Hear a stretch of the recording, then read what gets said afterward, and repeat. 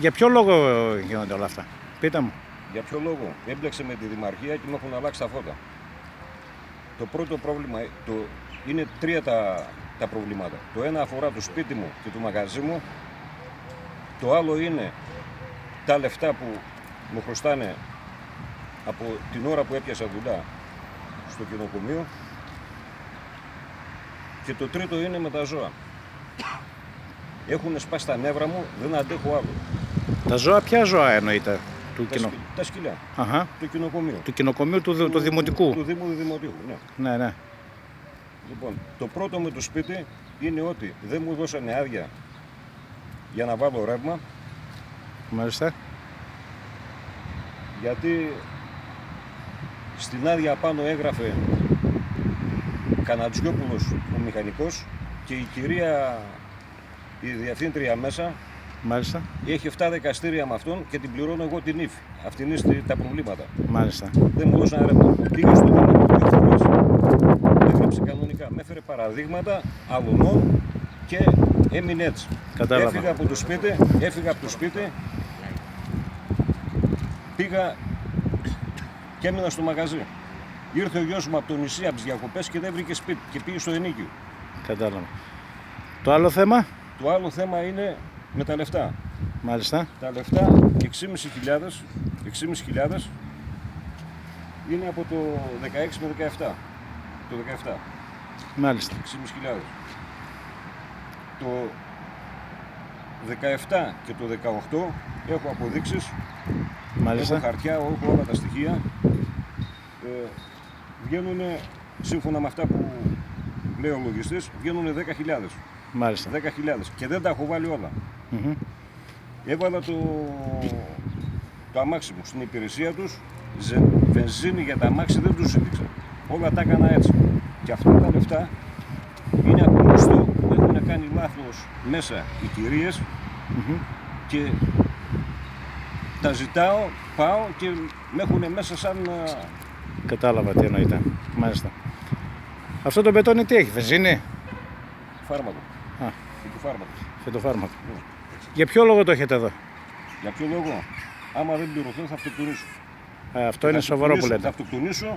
Θα αυτοκτονήσω γιατί εδώ στην Ελλάδα μετά το συμβάν ψάχνονται. Και δεν το κάνανε μόνο σε μένα. Το κάνανε και στο προηγούμενο από μένα και στην πιο προηγούμενο. Το έχουν κάνει εδώ πέρα βιοτεχνία. Αυτό δεν είναι κοινοκομείο.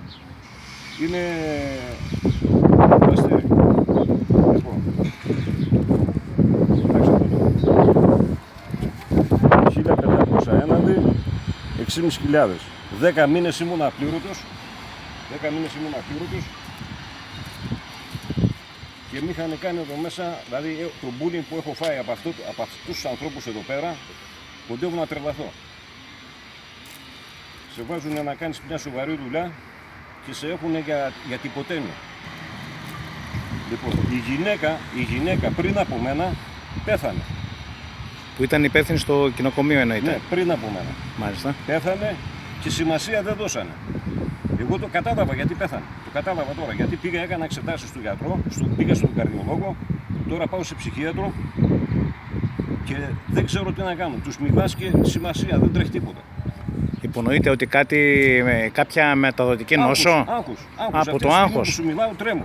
Ναι, όχι για την κυρία που είπατε. Ορίστε. Για την κυρία που είπατε και για τις εξετάσεις. Από καρδιά. Από το άγχος. Από τότε πήγα στον καρδιολόγο και εγώ γιατί ξυπνάω το βράδυ και δεν μπορώ να κοιμηθώ. Έχω συνέχεια μέσα στο μυαλό μου αυτή τη δημαρχία. Κατάλαβα. Αυτούς τους ανθρώπους εδώ. Μάλιστα. Τα ζώα κάνουν ότι κάποιοι ενδιαφέρονται δήθεν, τα φέρνουν εκεί μέσα και τα ψοφάνε. Τη μια δεν έχω τροφές, την άλλη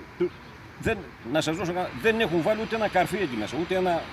Τα έχουν μέσα στον ήλιο κάτω από μια παλουδαμαρίνα με τις βροχές. Ας σας δείξω φωτογραφίες εδώ. Μάλιστα. Με τις βροχές να γίνεται μέσα ο χαμός.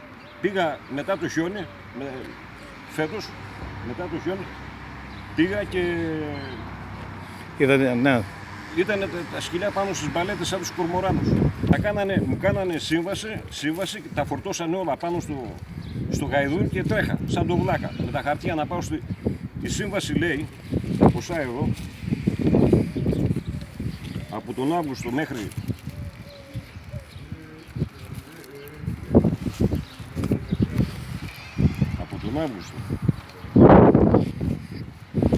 το νέο έτος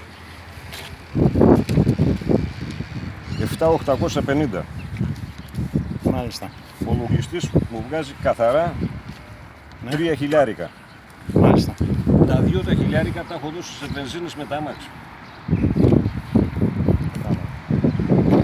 Αυτό που διεκδικείται άμεσα δηλαδή είναι την πληρωμή των χρημάτων που σας χρωστούν. Θα σας πω τώρα. Το 18. Η σύμβαση εδώ λέει 19.000. Μάλιστα. Τσίμπησε το μελαδούρι. Έτσι. Λοιπόν, εδώ πέρα ο λογιστής βγάζει καθαρά 8 χιλιάρικα. Μάλιστα. 2 άτομα, εγώ με τη γυναίκα μου, 8 χιλιάρικα.